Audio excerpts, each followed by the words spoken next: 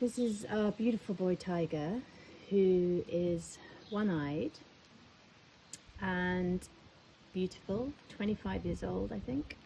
He came very recently to us, I think probably 3 months ago, maybe 4 months ago.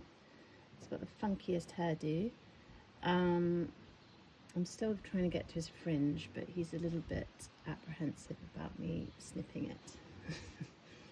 We have done the mane, but he's not so up for his fringe being cut, but we'll get there. And that's the beauty of connecting with these magical beings, is their demand for trust. It's a real lesson for us all to behave in a way that is so authentic and clear that they trust us. Mickey?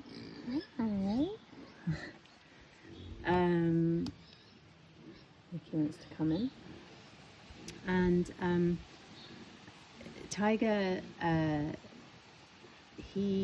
he arrived, he'd had some laminitis, I believe.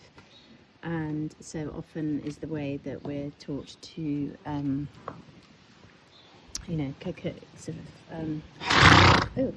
thank you, contain them so that they're not eating too much grass, and then restrict the grass is the word I'm actually looking for.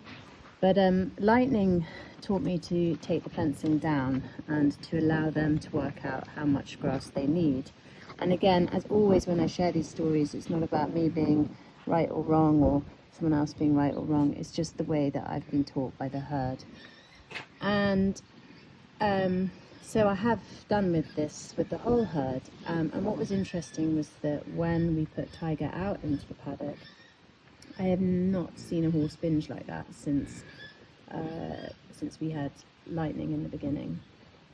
And it made me a little bit nervous, but I really sat in my centre and trusted that he was going to work it out, and recognised that he had access to all this grass and it wasn't going to be taken away from him. And I did connect in with the herd, particularly Lightning, begging them to tell him that he didn't need to binge, because obviously there was a concern that it would either trigger a laminitic episode or even a colic issue. And I'm proud to say the message got through, and within 48 hours he was grazing like all the other ponies, and moving with them all. Actually, that's not strictly true. Moving with them all took a little bit longer, but he was certainly walking long distances,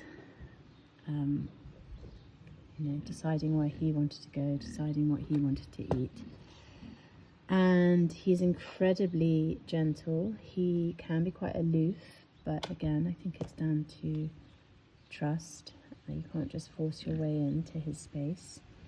And he's very, very generous in his offering of healing. I've seen him with Sheepy, Philly the sheep, standing over her and just giving her something, and I can't tell you what, but it felt very wholesome, very loving, very safe, and she was just lapping it up by gently chewing and yawning. And he has given much, much, much healing and love to Noodle when Noodle was particularly lame earlier in the summer.